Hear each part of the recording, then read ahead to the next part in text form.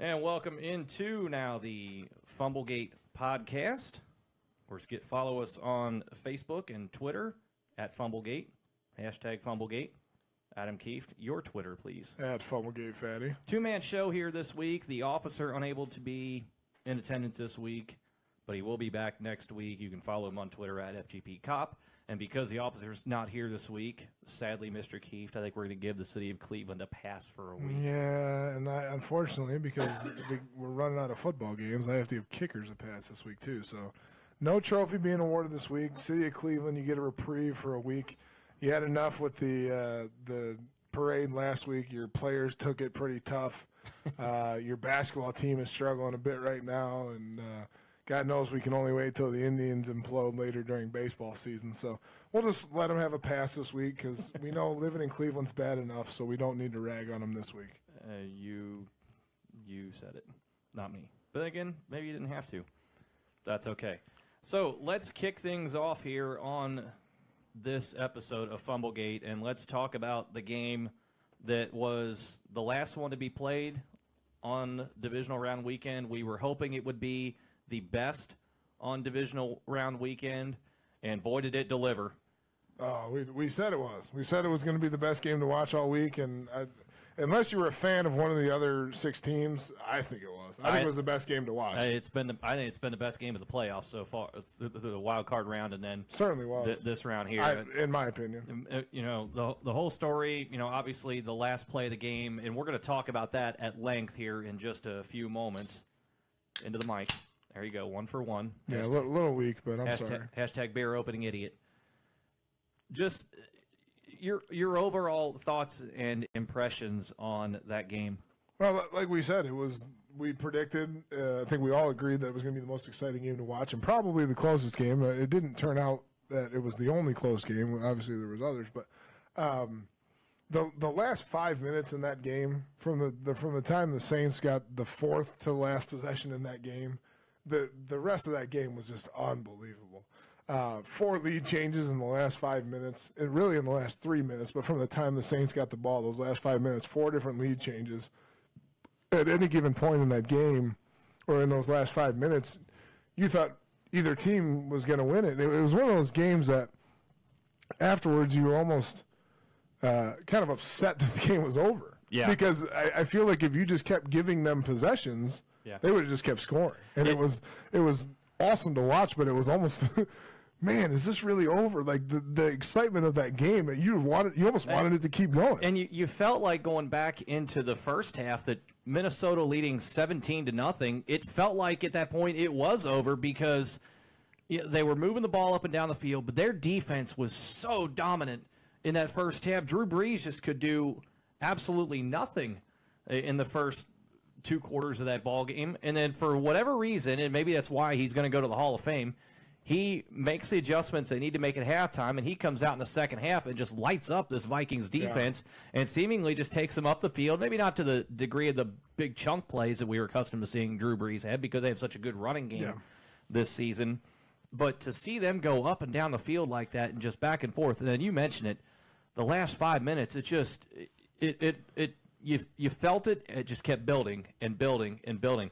Yeah. Who's going to have that ball last? You wondered if the Kai Forbath missed field goal going into halftime for Minnesota would play a factor in it, and it certainly did. It kind of did because the Saints really came out, like you just mentioned, the Saints came out in the second half, and they were just a team on fire. And Drew Brees he showed you why he's a Hall of Famer. And again, it's another part that's kind of disappointing about the end of that game is because you didn't really want to see it end, and you almost felt bad for Drew Brees because he led kind of such an epic comeback up until that point, and really kind of solidified the end of his career, the legacy that he's building even at the end of his career.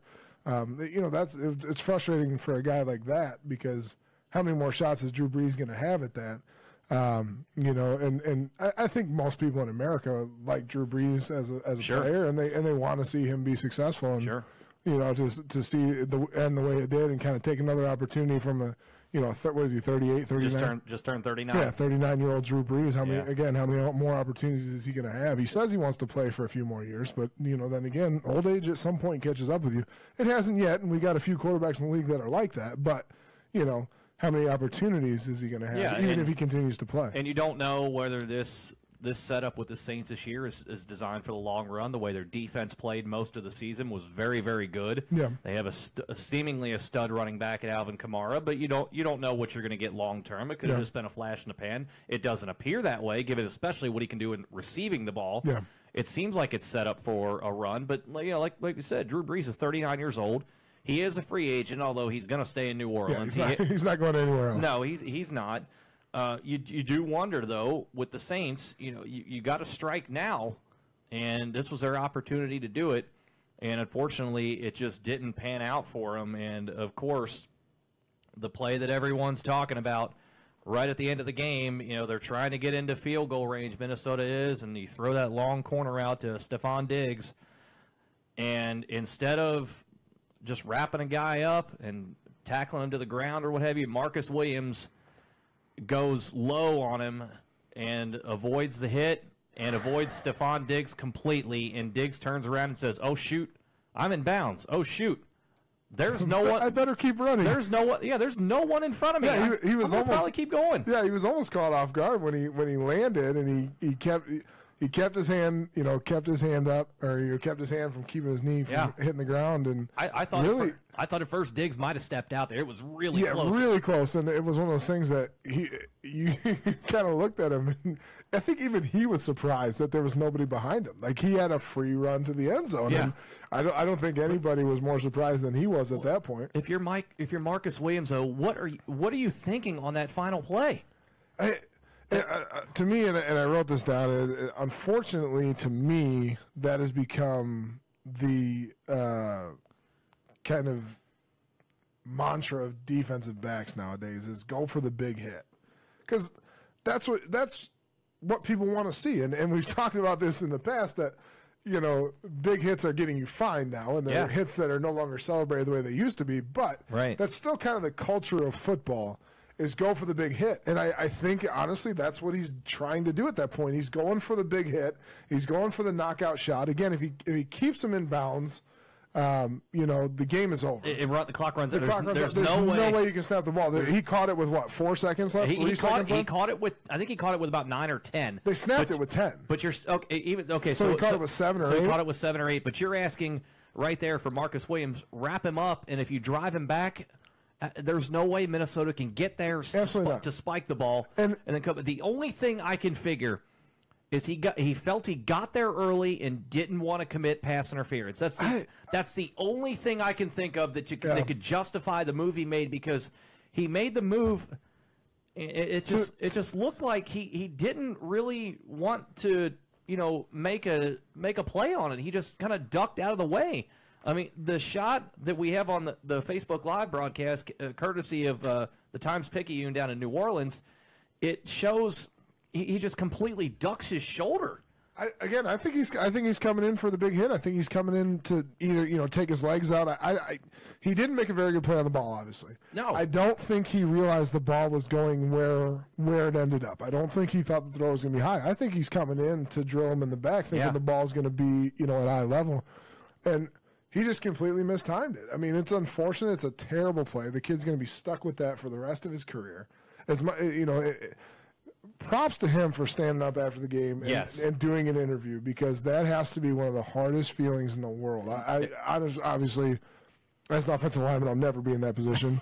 But as a football player, if he packed it in and took his own flight home, whatever, nobody blames him. You would see, but he has enough balls, to sit up there and answer questions for me. He didn't answer a lot, but he sat in his locker and he answered questions after the game. And it's one of those things.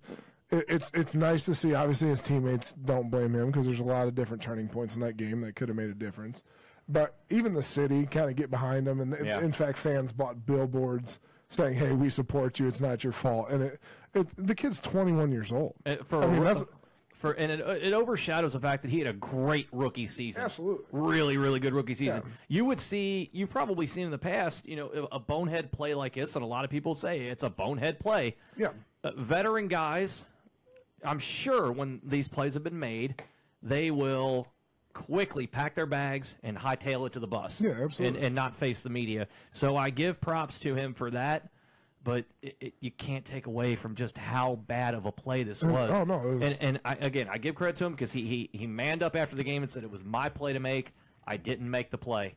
Yeah, but good for him. It's tough to admit, and it's hard, and it's something. Again, the kid's 21 years old. Yeah. He's hopefully got a long career ahead of him. Yeah. But his career will be defined by that until he makes a play that's unless you make a play to win a playoff game. Yeah.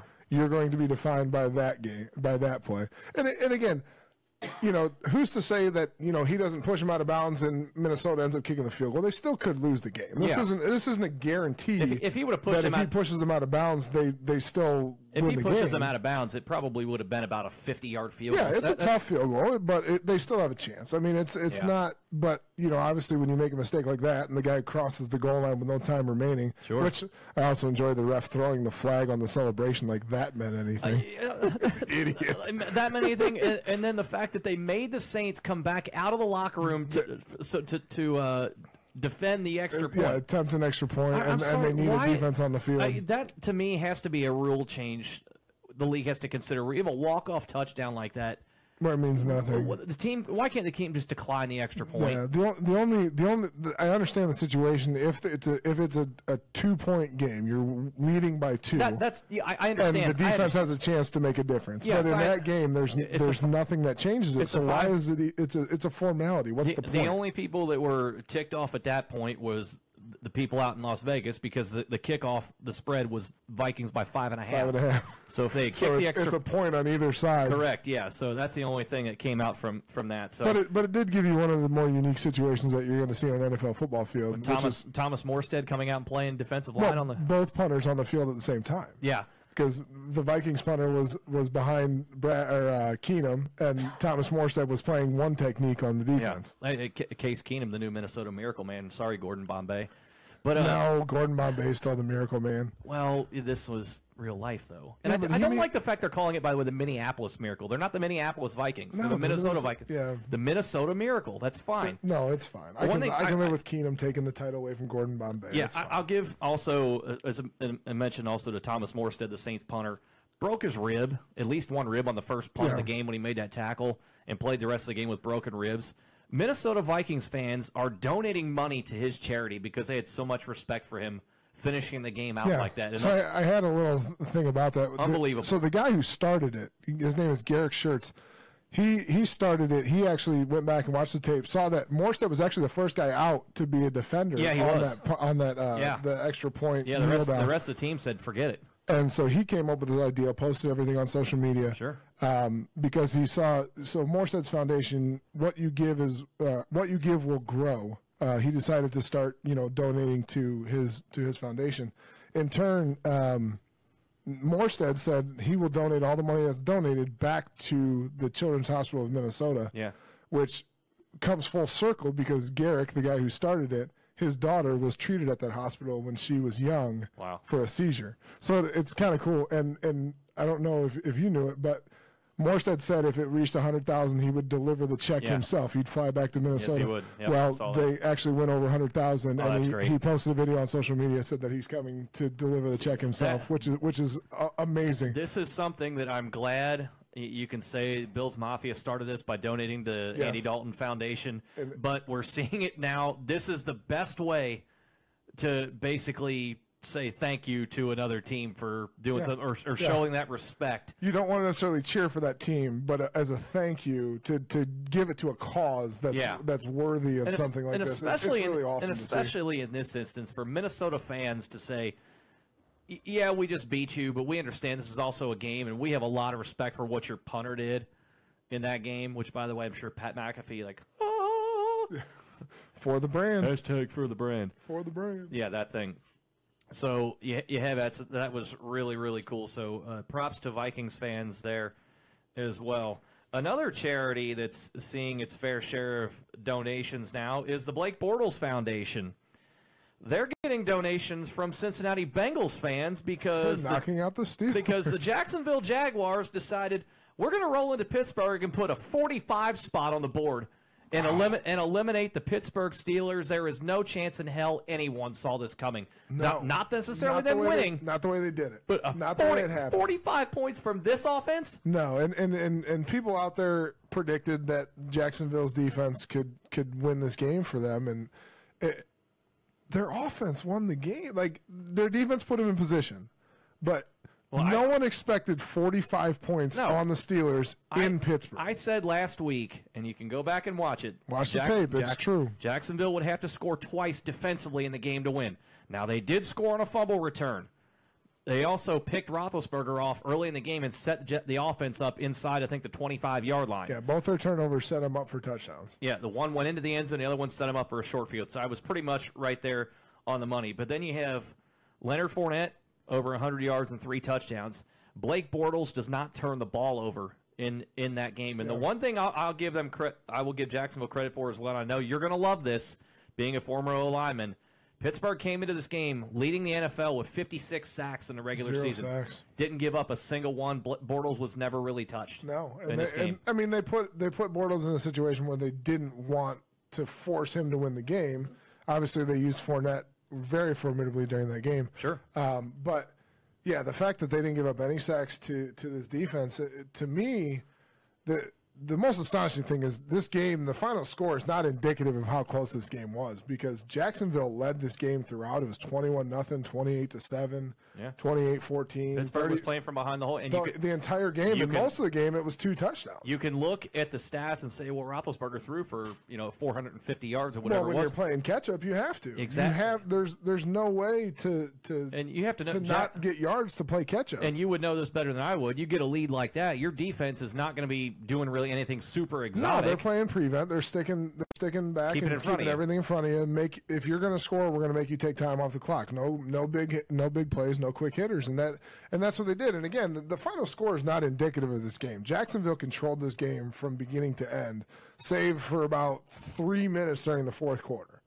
The rest of the game, it was Jacksonville's game, and to me, it's astonishing because, again, like we said, I don't think anybody predicted the way this game happened. No. There was plenty of people that gave the Jaguars a fighting chance. A lot of people thought if Jacksonville was going to win this game, it was going to have to be very low scoring. Yeah, like a 20-12 game or something like that. Maybe not even that. Yeah, like 17-13. 10-3 game. 10-3. There you go. But it was when, as I watched that game progress, I was, I'll admit I didn't turn it on until it was 14-0, and then it was 21-0, and I'm like, what is going on with this game right now?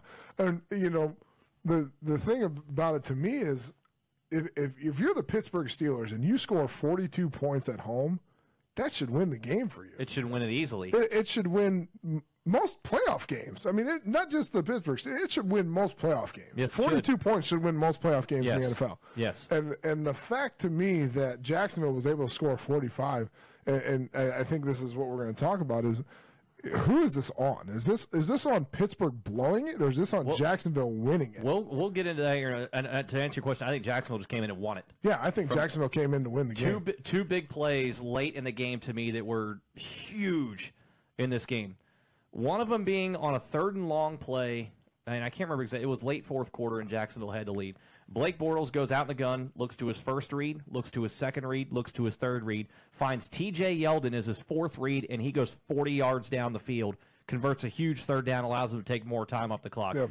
Tremendous recognition there by Bortles to go through every single progression, starting to the right, come all the way back left, find his running back down the sideline for a gain of 40, kept the drive going.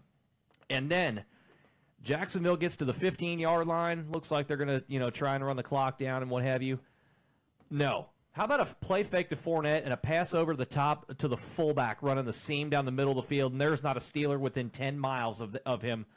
Terrific play calling, terrific execution. It looked like they knew Pittsburgh was going to sit in a cover 2 on the play, but it also looked like Pittsburgh did not see that play on film. No.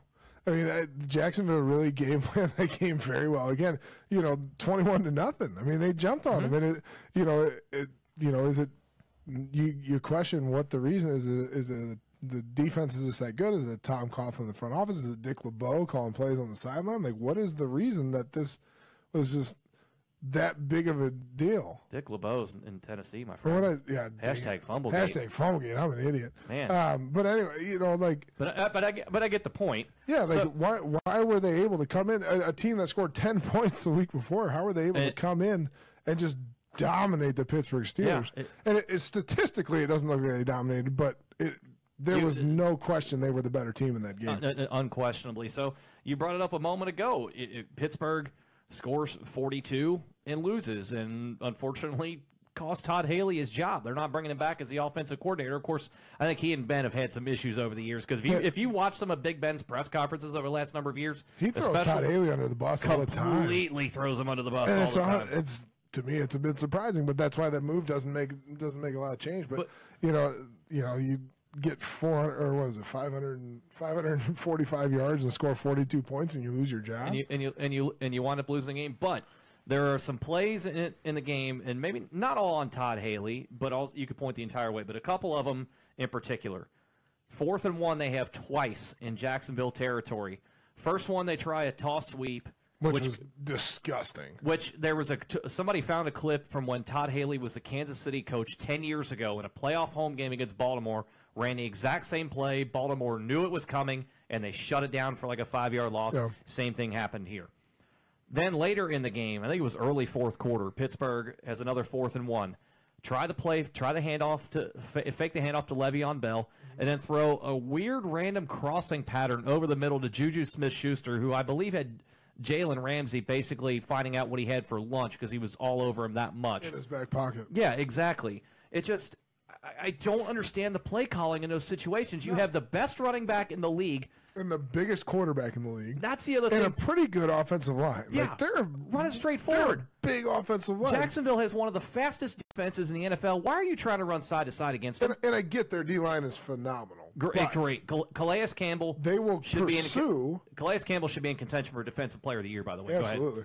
Go ahead. But they're going to pursue. So why not take your chance with your pretty good offensive line up front and just run that straight downhill? I don't understand it. You're not getting to the edge on that defense. Here's a stat that I found after the game that's baffled me with this Pittsburgh offense. In his career, Ben Roethlisberger, 2 for 2, on 4th and 1 or shorter situations, when he has run a quarterback sneak, he has converted 18 out of 19 times. Yeah. He has not run one of those since week 4 of 2014. Now, I'll pose this to you. Do you blame Todd Haley for that? Or at what point does Ben Roethlisberger say, you know what, screw this. I'm 6'4", 250 pounds. I'm going to call an audible and sneak the ball. When does he no longer trust himself? Because he's made decisions on his own before. And that's what he said after the game. Like, I don't know why we don't quarterback sneak anymore. You have the ability to check that in your hands. Yeah, we're not talking about a rookie quarterback. I mean, this is... He's a Hall of Fame quarterback. This isn't Deshaun Kaiser up in Cleveland calling a quarterback sneak on the 3-yard line, with 16 seconds to play. But, Ben Roethlisberger's earned that right to do that. And again, this is back to Roethlisberger throwing him under the bus. He blamed Todd Haley about not being able to call a quarterback sneak. You're the one calling. You can call it. You're at the line of scrimmage. He can't audible at the line of scrimmage. You can. Call it. If you get in that situation and Jacksonville stops you on a quarterback sneak, you know what? Fine. They're the better team today. They made the better play on that play. But to not, I put it on both of them. The fact that Haley doesn't either trust his offensive line or trust Roethlisberger in that spot, or Roethlisberger doesn't want to do it. Yeah. At what point? It's perplexing. I mean, it really was. Why would you not just call your own number in that play, as big as he is? Now, if he's a smaller quarterback like a Deshaun Kaiser, like an Andy Dalton, or you have a crappy offensive line, or you have a bad offensive line, but they don't. They have a good offensive line. They're made for downhill running. That's what Le'Veon Bell does. That's what their offensive line does. And then get a yard. And then you get to late in the game. There's 2 minutes and 18 seconds to go. Pittsburgh just scores to get themselves down by 7. 2 minutes and 18 seconds left. That's important because Pittsburgh had multiple timeouts.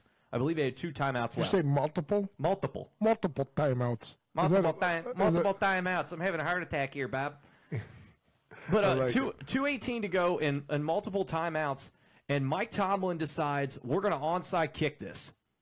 And he gets the worst onside kick ever. They have not recovered. Oh, not the worst. About the second worst I've ever seen. Chris Boswell kicks it 5 yards. Yeah. And hits his own man right in the hip. Hits the guy running to try and recover it right in the side. No, give yourself no chance at it. Pittsburgh has not recovered an onside kick in 10 years. And why would you think it's going to work there? Yeah, why do they not practice it? I kind of wonder if they even practice it the way that kick Number looked. one, and then number two, he threw his defense under the bus. Which, by the way, Tomlin's a defensive coach. He came there from Minnesota when he was a defensive coach in Minnesota. Said I couldn't trust my defense to stop him. And if you cannot trust your defense to stop the Jacksonville Jaguars, who just put up a whopping 10 the week before, with 230 total yards the week before. When does Mike Tomlin take some onus on this? I'll say it before and I'll say it again. He is the most arrogant coach in the entire NFL. It's not even close. And I dare say maybe the most arrogant coach in sport. Yeah, maybe not sport, but it's certainly it's not. He accepts. He's the most outwardly arrogant, because I feel like a guy like Bill Belichick's pretty arrogant too, but he's not outwardly arrogant. Yeah, moving on, Cincinnati. Cut off hoodies. Moving on, Cincinnati. I mean, at what point do you say I'm the head coach? That's on me, instead of saying I can't trust my defense. And here's the thing with me is, how do you not trust your defense? When you say Pittsburgh Steelers, what is the first thing that comes to your mind? Steel curtain. The steel curtain. What is Pittsburgh more than any other team in the NFL known for? Defense. Playing defense. And they got a pretty good one. And granted, they gave up 45 points to the Jacksonville Jaguars, but how after the game can you say, I don't trust my defense, when that is what your franchise is known for? He says after the game, I don't trust my defense, and then it comes out later in the week, he's not making any changes to his defensive staff. All his coaches are coming back. So what's the message going forward here? I don't trust my defense, but I'm bringing all my coaches back for the defense that I don't trust. Todd Haley becomes their scapegoat in a game where, again, they score 42 points and have 545 yards. In almost any NFL game, that gets you a winner, and you don't blame anything on your defense, who gave up 45. I guess 38, but one on a short field. But either way, you give up 45 to a team that scored 10 on 230 yards the week before. Jacksonville leads the league in rushing, and Fournette's been fantastic all season long, when he's been healthy, I should say. But you couldn't get to Blake Bortles. You couldn't force a turnover against him. Maybe that's why you couldn't trust his defense. But the fact that you go through and throw him under the bus and then make Todd Haley the scapegoat, and again, I said it when we first started talking about this, the issues between Todd Haley and Ben Roethlisberger have gone on for a while. They're well documented. Yeah. That's fine. You can see it in post-game interviews. It's not hard to understand. Haley's contract was also up. It's a clean break. He wasn't fired. He was not renewed. Yeah, but they chose not to renew his contract. That's to me, watching that game, that's not your scapegoat. Todd Haley's not your scapegoat. Mike Tomlin, you're a defensive coach. Your defense gave up 45 points to the Jacksonville Jaguars with Blake Bortles at quarterback, who 1 week ago – the Jacksonville team, I think, was looking towards the future to see who's going to be our play caller next year. I think there was probably people in that locker room who thought they were going home. That's how worried they were about going to Pittsburgh. I'm sure there were people in that locker room imagining, oh God, imagine what we can do when we have Kirk Cousins next year quarterback, or Eli Manning, Alex Smith, who knows? Yeah, and you let him come into your house and put 45 on the board. Yeah. Get out of here. No, and again, Mike Tomlin takes no responsibility for it. And then the one other thing that to trip me up too, late in the game, they're down 45-35 after the onside kick, and Jacksonville kicks field goal to go up 10. If you're Pittsburgh, you get it down to maybe say the 15 or 20 yard. Why not kick a field goal and make it a 7-point game? Unless you figure I can't trust my kicker to do an onside kick. He just kicked it 5 yards. But either way, you need an onside kick. Give your team a chance. You have to get an onside kick one way or the other. So kick the field goal early. Because there on that onside kick that wound up happening was 1 second left. So you had to onside kick it, cause a fumble, recover it, and run it back. Yeah, they have to field it cleanly. Yes. Then you have to strip it. Yes. And return it. Yes. The only other way that works is he kicks it all the way to the end zone, and no one from Jacksonville picks it up, which even the announcers didn't know. If you watch the game, the announcers were like, oh, they need to recover here and they can return it. You can't advance an onside kick unless it's a fumble as an actual turnover. There's no muff. You can't advance an onside kick. So they either had to kick it to the end zone and recover it in the end zone, or have Jacksonville recover it and then subsequently fumble it. So even the announcers got that wrong. A lot of people were like, oh, they got a chance. They really had no chance because there was no way for that play to work out for them. It just was – there was a lot going on. You can see why there's reports that the minority ownership in Pittsburgh was asking for Mike Tomlin's head. They were asking for a coaching change, and the Rooney family obviously has said no. Yeah, it's not going to happen. But there was some dissension amongst the minority owners that said, hey, maybe Mike Tomlin's our problem. I don't think he's going anywhere anytime soon. No. I don't think that anyone in the Rooney family blames Mike Tomlin at all, but maybe it's time to start thinking about it. I mean, honestly, it's a good question. And, here in Cincinnati, we see enough of his arrogance when it comes to the rivalry and how his players behave in the game against Cincinnati every year. You got it. So there would be no dissension amongst Bengals fans if he got fired, but maybe there is a time when you have to start questioning Mike Tomlin as the leader of that team, because right now the way they act, particularly against the Bengals, and their inability to get it done against what most suspected was a subpar Jacksonville team, you really start to question, is he the right leader of that team right now, especially because he's not going to take any ownership for himself. No, that's the biggest thing. Take some ownership for once. Yeah. And it doesn't seem like he's the type of guy to do that, at least from my vantage point. He's not going to anytime soon. So because of that, Jacksonville now moves on, and they're in the AFC Championship game. Of course, they're heading to New England, who totally dispatched the Tennessee Titans. To no one's surprise, they covered the spread as suspected. And Tom Brady did not finish the game. And as suspected. Watch last week's episode. We talked about this. Tom Brady didn't finish the game. They covered the spread, no problem. Right. And Tennessee had no shot in that game. Jacksonville heads to New England this Sunday about 3 o'clock as they kick off for the AFC Championship. Patriots, middle of the week, favored by 9 in this game. Not really a surprise there, given how dominant New England was, and I think just kind of what people perceive Jacksonville to be. More so, I think closer to the team that we saw beat Buffalo, as opposed to the team that went in and upset Pittsburgh. They certainly are treating this that last game as an anomaly when it comes to the spread, and that's fair point. It's absolutely a fair point. Yeah. And if you look at their season, especially down the stretch, there was. They had a couple games, they're averaging 26.1 points per game, I believe. But they had a couple games where they scored 6, where they played the Titans. It was a 15-9 game or something like that. Really ugly. But, then they're scoring 44. They go to Pittsburgh last week. They scored 45. But their first week, they scored 10. And so, it really comes down to what team is going to show up on Sunday. Well, you know what you're going to get with Jacksonville's defense. And we're going to talk about that matchup here in just a moment. But one thing I want to pose to you here as we get into this, a look ahead to the AFC Championship. We're going to have all of our picks here in just a moment as well. Picks and score. Including the officers. And the officers. We will have his picks. We didn't forget about you, officers. Both conference title games. We will have those as well going forward. This season, Jacksonville is 9-0 when Blake Bortles does not turn the football over. In your mind, for them to pull off what would be another upset, and I would say a much bigger upset 100%. In New England. This would be the biggest upset of the playoffs potentially if Jacksonville comes is in. Is it an absolute must for Blake Bortles to not turn the ball over in this game? They cannot give Tom Brady and the Patriots extra possessions. If they want any chance at winning this game, they cannot give Tom Brady more potential chances to score. Yeah, you have to keep the ball away from them.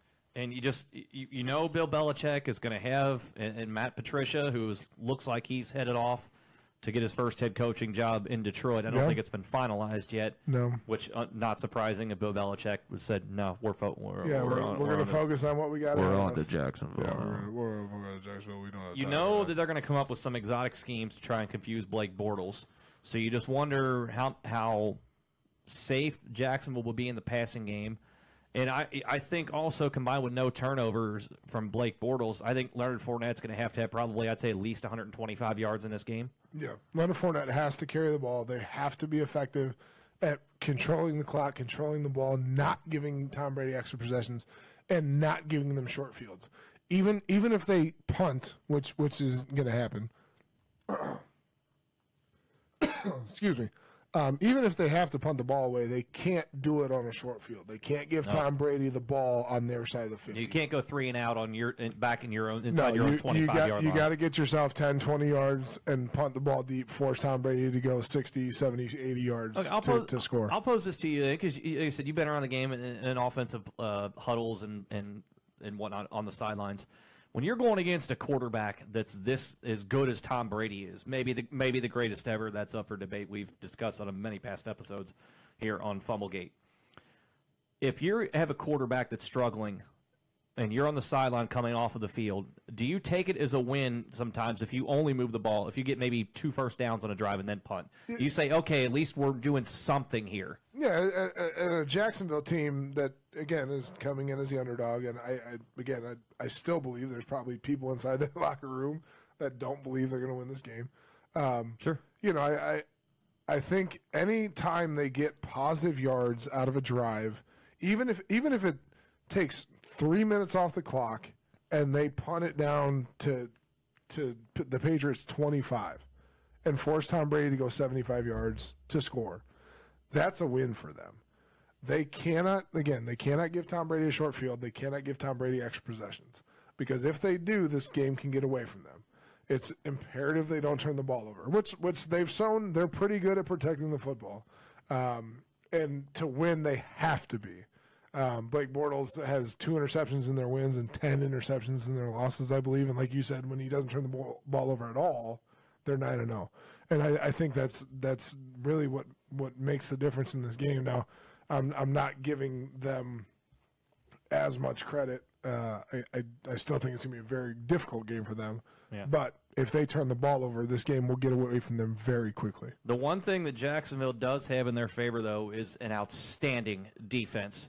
Their defense is phenomenal. The best, and we saw that last week. Despite the final score, again, they were controlling that game, and again, they were playing to keep everything in front of them. That's why the yardage racked up there in the second half. But they are a phenomenal defense. Is this a better matchup in your mind for New England than Pittsburgh would have been? Watching the way Pittsburgh played a tougher matchup for New England. Watching the way Pittsburgh played last week, I think it's definitely going to be a team that gives Pittsburgh more problems than the Steelers would have. Beginning the playoffs, a lot of people thought the Chiefs were going to be the only team that had a chance to beat the Patriots, but really the way that Jacksonville has won, albeit ugly in the first week, and last week it was a bit of a skewed final score. Mm-hmm. I think now, watching them in their first 2 playoff games, it really does give them, I think, they have the best opportunity to beat this Patriots team. Does Tom Brady need the running game more, you think, in this game? I think he's going to. Because the pass defense is so good. The pass defense is so good, and they put pressure on the quarterback. And to get pressure off the quarterback, they're going to have to formulate some kind of run game to set up play-action passes to kind of keep that defense off balance, because if they just stick to straight downfield passing, their defense is going to get to Tom Brady. If they stick to a basic run game, then they're going to be key in that run. The Patriots, we know Bill Belichick. We know he's going to mix things up. He's going to give them stuff they haven't seen all year. But again, this defense has potential to get after Tom Brady and really make a difference in the game. I said it last week against Pittsburgh that they'd have to score twice against Pittsburgh to win that game. I think it's the same. You think it's the same or more? I thought they'd have to score at least once in this game anyway, because I do not think it's going to be a super high scoring game. I don't think it's going to be anything close to what we saw Jacksonville do against Pittsburgh last week. It's not going to be 40-something to 40-something. No, I don't think so at all. And I think it will be a ball control on both sides of the football. Yes. If a team gets to 40, it's not going to be Jacksonville this week. If a team gets to 40, it'll be the Patriots. But again, I think because of the ball control and what's at stake in the AFC Championship game, I really think that it's going to be a lower scoring game. Now, I have a pretty high score predicted for it relative to probably what you and the officer think. But I don't think either team gets to 40 unless there is turnovers and it becomes a lopsided game. That's the only way I see it getting Okay, to 40. so let's move in now to kind of the thought as far as where this game's going to go. Give me a few reasons for your pick, and then give me a winner and a score. So I'll preface it with this. The reason for my pick is not because of this, but I will say, who's the one coach that has really kind of given the Patriots fits when it comes to playoffs? No one. Tom Coughlin. True. Two Super Bowls. What's Tom Coughlin in charge of now? The Jacksonville Jaguars. The Jacksonville Jaguars. That is why I can see this going Jacksonville's way, because Tom Coughlin, although he doesn't sit in the offensive and defensive meetings, he's not in charge of personnel. He's not, what happens on the field. But make no mistake, he's done everything else. He has, and he has made decisions and put this team in a position to be where they are right now. And he has been the architect of 2 teams that have beaten Tom Brady, which not a lot of other people in the NFL can say. That is why I give them a fighting chance in this game. At the end of the day, I am picking with my head and not my heart. I would love to see Jacksonville win this game. Absolutely 100%. I think America does. I think America wants them to win. I think everyone outside of New England wants them to win. Yep. I know a former member of the show wants them to win. But that being said, I have the Cheater Checks 32. And I have Jacksonville. I have Saxonville. 20. Yes. Unfortunately, I don't trust Jacksonville's offense enough. Yeah. I think they play a sound game. I think they don't turn the ball over. They minimize turnovers. I can't say they won't turn it over. I think they minimize turnovers. I just don't trust their offense enough to be able to outscore Tom Brady. But the reason I think they have a chance, and again, I would love to see this happen, is Tom Coughlin, probably the only coach who has given Bill Belichick and the Patriots fits, is in charge of that team right now. That's why I give them a chance to win this game. I'm heading that way, and I'll give you mine here in just a moment. So Mr. Kieft says New England 32, Jacksonville 20, so New England wins the AFC, heads on to the Super Bowl. We'll give the officer's pick since he is not here with us this week. And he prefaced this pick, he sent it to us beforehand, and prefaced it by saying he wasn't picking with his head. He was picking with his heart. Good for him. He wants Jacksonville to win this game. And to his credit, he did win our bowl pick'em. So leave it alone. I hope give he it wins rest. again. To his credit, he's not here. No, he's not here. Well done, officer. Okay, sure. We all finished with a positive record, though. We were all over 500. And we were all over 500. Yeah, that's right. So the officer has predicted that Jacksonville goes into New England and wins that game by a score of 24-23. And I think he's giving them, and I was kind of asking about this, oh, look at you going with the upset. He's like, I just wanted to see him win. That's why I only gave him a 1-point win. Yeah. So the officer does have Jacksonville going to the Super Bowl, again, upsetting New England 24-23. As for myself, I think this is a game. Go ahead. The beer opening today, it's 3 for 3 today. Not as big of an idiot as you thought. Sorry, viewers. Yeah. Well, what are you going to do? In this game, I don't think there's going to be a lot of points scored. However, I think New England comes out and gets out to an early lead that becomes maybe a little too much for Jacksonville to overcome. Jacksonville's going to keep this game closer than I think a lot of people think. As I mentioned before, middle of the week, New England was a 9-point favorite. I don't think they cover that this week. It wouldn't shock me if they do. I don't think that they do. But I think New England jumps out early. I think I could see them getting out to a 10-0 lead, out to a 14-0 lead. And then you're asking Blake Bortles to play catch-up the rest of the way. But Jacksonville's defense is going to keep this close enough to where it's going to finish up a one-score game. But New England in the end, just too much. And I think Patrick Chung, the starting safety for New England, makes a pick late that seals the game for New England. I think New England wins this game 24-17. You're going very specific. Yeah.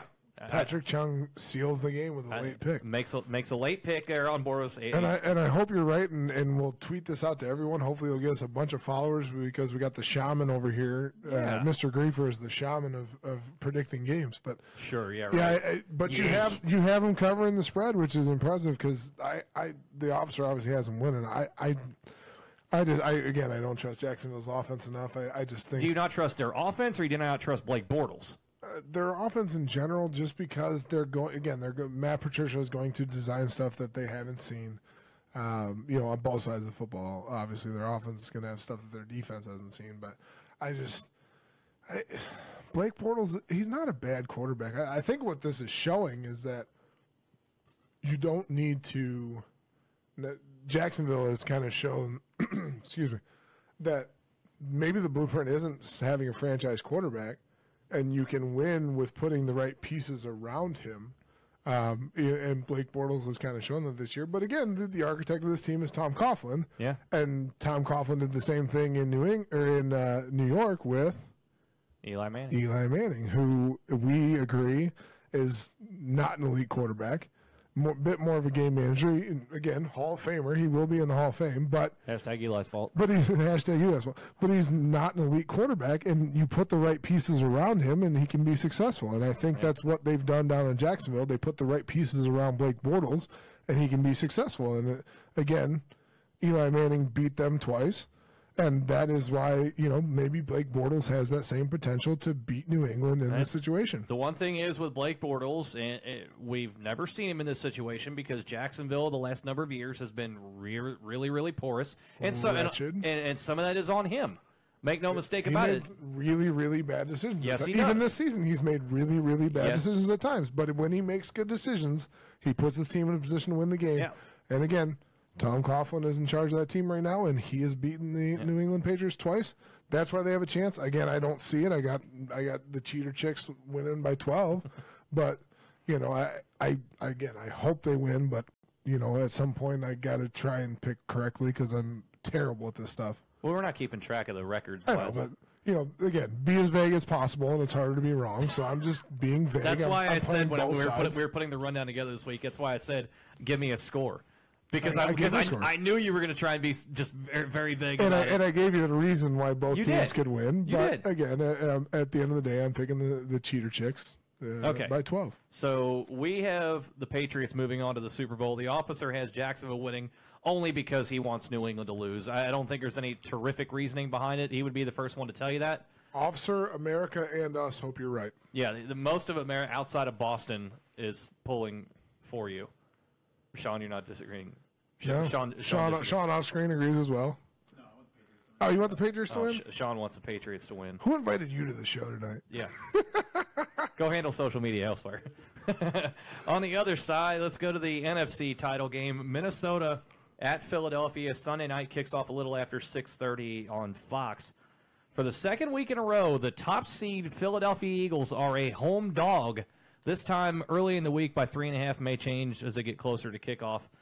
After they beat Atlanta, which not a lot of people thought they would do. No, they were a dog going into the game. It was an ugly game. I think we all picked Atlanta, didn't we? We did. Yeah, we all picked Atlanta. It was a very ugly game. It was an ugly game. It was won with defense. Philly won the game 15-10, but here they are taking on the Minnesota Vikings.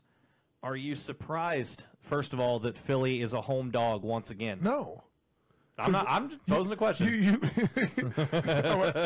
I didn't say you disagreed, but you watch the game and you say the eye test. Yeah, the eye test, and you say what team performed better. And again, we talked about the Minnesota game ad nauseum, but you watch that team play and it's a different team. You watch the Eagles play and it's unimpressive. It's hard with Nick Foles under center to be excited about that team. And it's one of those things that I'm not surprised that they're a dog. Will I be surprised if they win? No. But I'm not surprised. Vegas and everybody else in the country watched those two games. And if on paper and just, again, the eye test, Minnesota looks like a better football team. They really do. Yeah, I'm with you. I'm not surprised at it. We figure this game going in with the way the defense is played, points are probably going to be hard to come by. Particularly because of the result last week, and credit to New Orleans, but the Eagles do have a better defense. And you think that Philly has the Eagles have a better defense than Minnesota or New Orleans? No, New Orleans. Okay. New Orleans. I'm sorry. Go ahead. No, that's what I'm saying. Minnesota's offense is facing a tougher defense this week. Right. And it's going to be a little less of a shootout because you're not facing a team with Drew Brees under center. You're facing a team with Nick Foles under center. Now, would it be different if my mind just went blank? The Eagles quarterback, they got hurt. Carson Wentz. Carson Wentz. My mind went blank. Apologies. Hashtag Fumblegate. Would it have been different if Carson Wentz was under center? I believe so. I think this would be more of a shootout rather than a defensive struggle. But you're playing, to me, I agree. I think it's going to be more of a defensive struggle. Points are going to be a little bit harder to come by than the other game. Again, I think it's showing that, the putting pieces around a quarterback can make your team successful, because even despite Carson Wentz's injury, the Eagles have still been successful with Nick Foles under center, albeit not as successful. They're not putting up the points they did with Carson Wentz. But, it's one of those things that at the end of the day, it becomes a bit astonishing, because you're realizing one of these quarterbacks is going to be starting the Super Bowl, which at the beginning of the season, nobody picked one of those two quarterbacks to start. Think of the final four quarterbacks here. You're going to have Blake Bortles, Case Keenum, Nick Foles, and Tom Brady. Two of those four are going to be in the Super Bowl. When you look at it and say, one of these things doesn't belong here. One of these things does belong here. Yeah, you got what essentially is a career backup. You have a game manager, and then you have a journeyman who's landed in Minnesota. Do you think Jeff Fisher wants more credit now because he had both Keenum and Foles together in L.A.? Jeff Fisher will take any credit he can get at this point because he can't find a job. But yeah, it's it's one of those things that you look at the final four starting quarterbacks, and nobody picked three out of those four. No. Save the Carson Wentz injury situation is why Nick Foles is starting. But even so, Case Keenum wasn't supposed to be the guy in Minnesota. It was supposed to be Sam Bradford. And everybody thought when Teddy Bridgewater got healthy that he may even lose his job to Teddy Bridgewater. And to Mike Zimmer's credit, Case Keenum's played very well this season. He's played phenomenal this season. Very well season. And if he wins anything from this, it's well deserved, because he has stayed the course. Well, he's going to get himself paid. He is going to get himself paid, because he's proved that he's a very, very good NFL quarterback, despite his journeyman status up to this point. You said it a few moments ago that points were going to be hard to come by, and I'm with you on that. I think it's going to be a game. It's going to be low scoring. I don't think you're not going to see either team break 30 points in this game. I'd be shocked if you do. If there are, it's probably going to be some special teams or defensive scores involved. If one of these teams gets out to an early lead of 10 points or more, in your mind, which one of them needs that most to win this game? I think the Eagles need it more. Really? I think you saw last week with the game with Minnesota, they have the ability to come back. And again, albeit not from big leads, but they have the ability to fight through that adversity. They played a very, very emotionally draining game last week. But I think it showed their resiliency as a team to come back in the face of adversity. Philly hasn't necessarily seen that.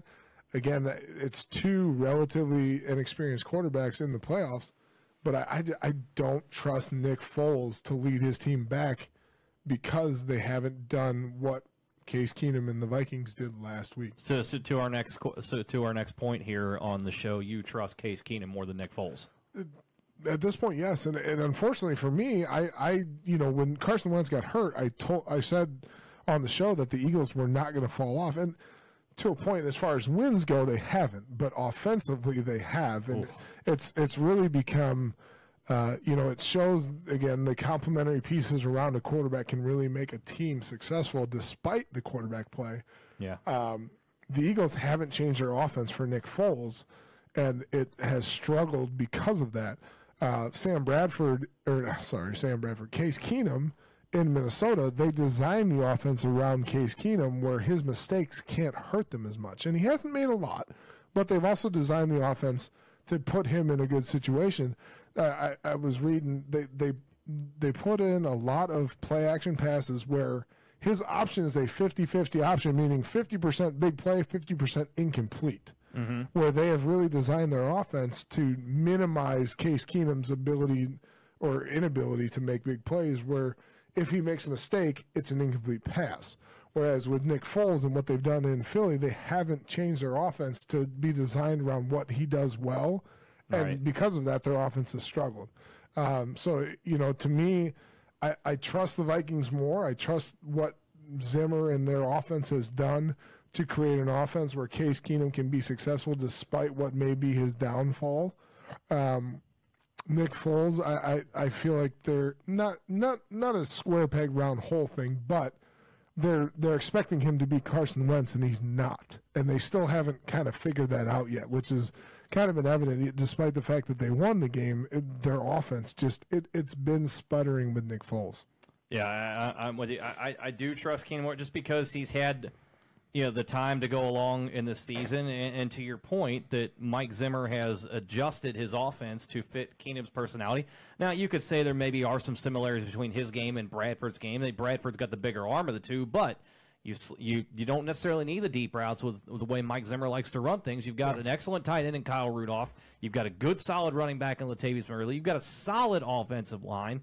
They gave up some pressures in that game against New Orleans, especially on the right side of that line. And you saw that when Keenum made that big mistake throwing the interception there. What in the heck was that? A jumping pass thing. That's the thing that you look at, and Keenum got away with it later in the game. Yeah, that's the one thing that scares you. But that game was that at that point in the game, that really made a difference. And that if they would have lost that game, that play would have really been the difference in the game at that point, because that was a mistake he didn't make up until that point. And when he made that mistake, you're like, oh my gosh, it's finally the Case Keenum that we all expected. The ironic part is starting to come out. The ironic part of it, the guy that picked it off was Marcus Williams. Yeah, the guy that gave up the play at the end of the game. Stephon Diggs. Even that play, even the throw he made at the end of the game, it wasn't a great throw. It was kind of, at first it looked like it was going to be a bad decision almost. Well, it just he had to do something. He had to get rid of it. He had to get rid of it. Had to force it in there. But he kind of heaved it up there. He did. He obviously we talked about the Marcus Williams situation. He lucked out on it, but I still kind of trust the way that they've designed their offense for him a little bit better than the way the Eagles have seemed to not adjust their offense for Nick Foles. They've kind of stuck with what Carson Wentz was doing, and it hasn't seemed to work out for them very well.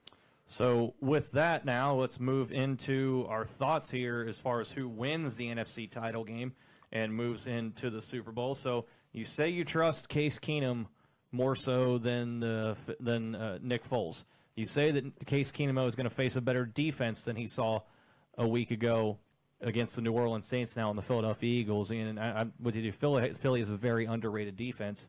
So who does Case Keenum move on to the Super Bowl? So to me, it came down to where the Eagles what the Eagles haven't done with their offense to adjust to Case Keenum, or to Nick Foles.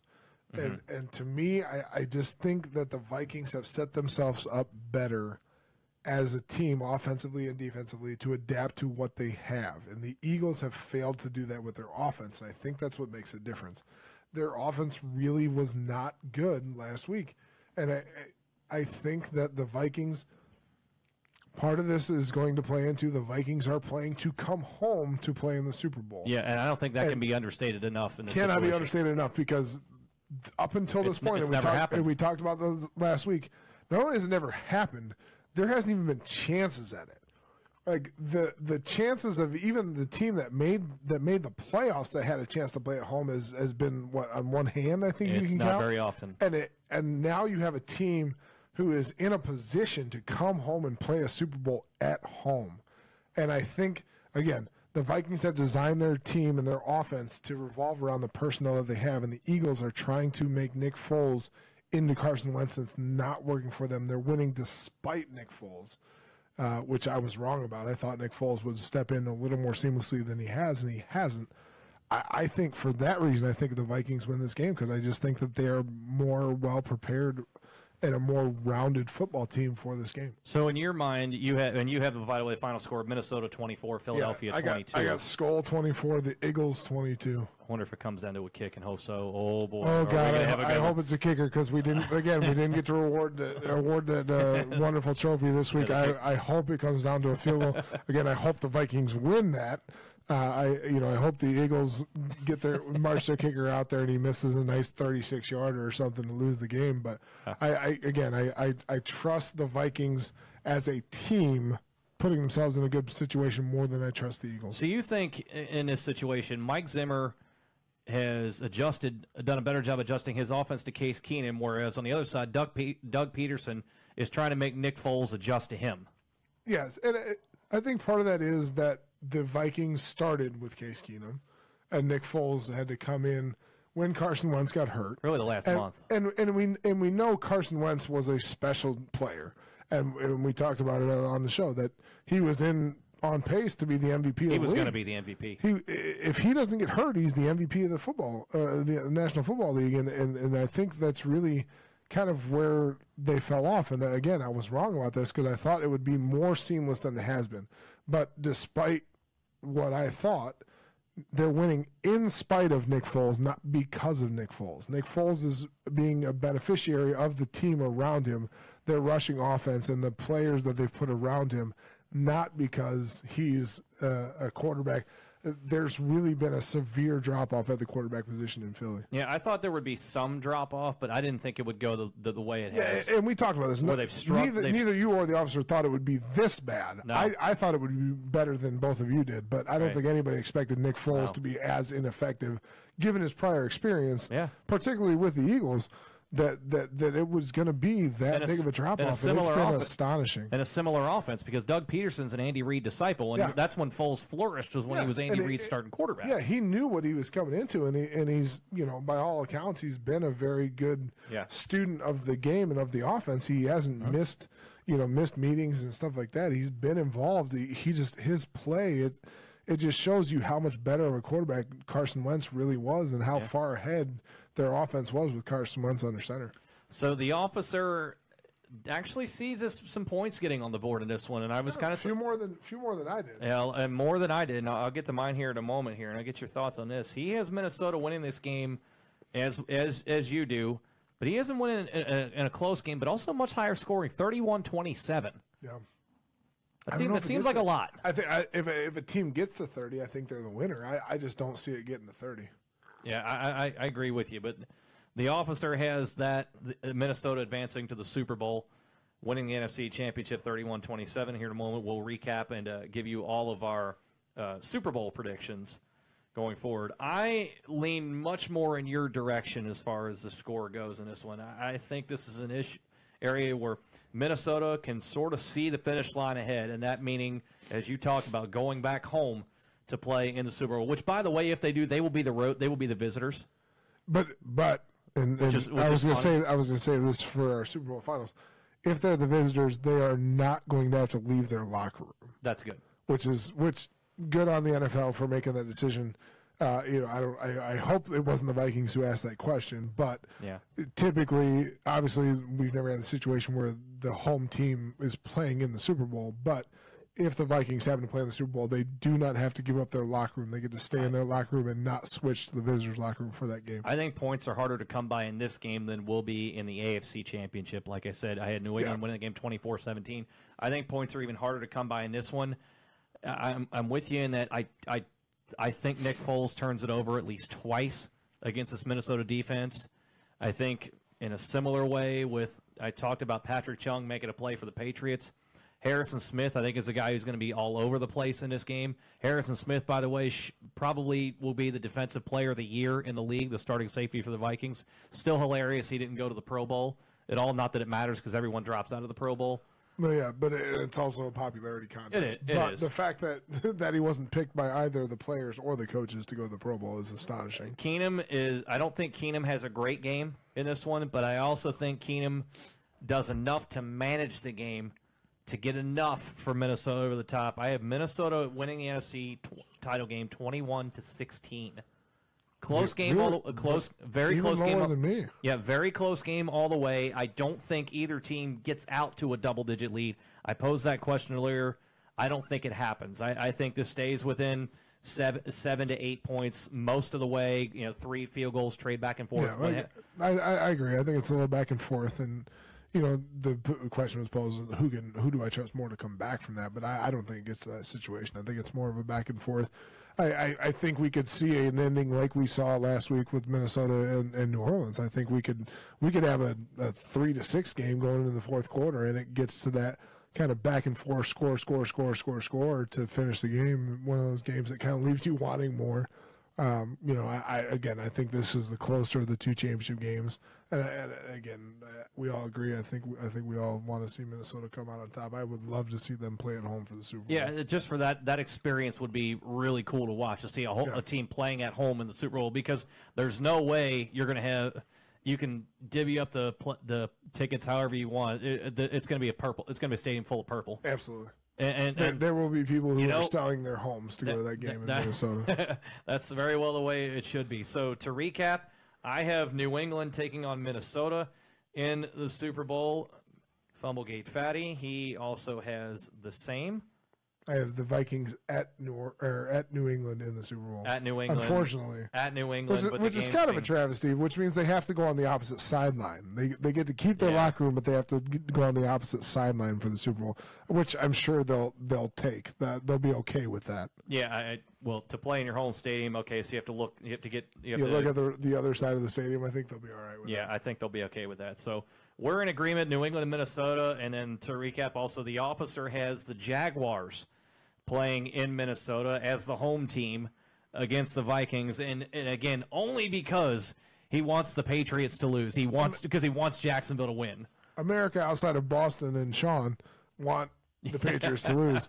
But yeah, again, either way, the Vikings, if they win, are the away team in the playoffs or in the Super Bowl, which will be a bit fun. But they get to keep their own locker room, which, again, if they get there, cannot be understated that you are the Super Bowl team that gets to practice at home all 2 weeks. Yeah, leading up to the Super Bowl, you're right. Practicing at home, staying at home, sleeping in your own bed every night. That cannot be understated. If they get there, that's going to be a huge factor in that game.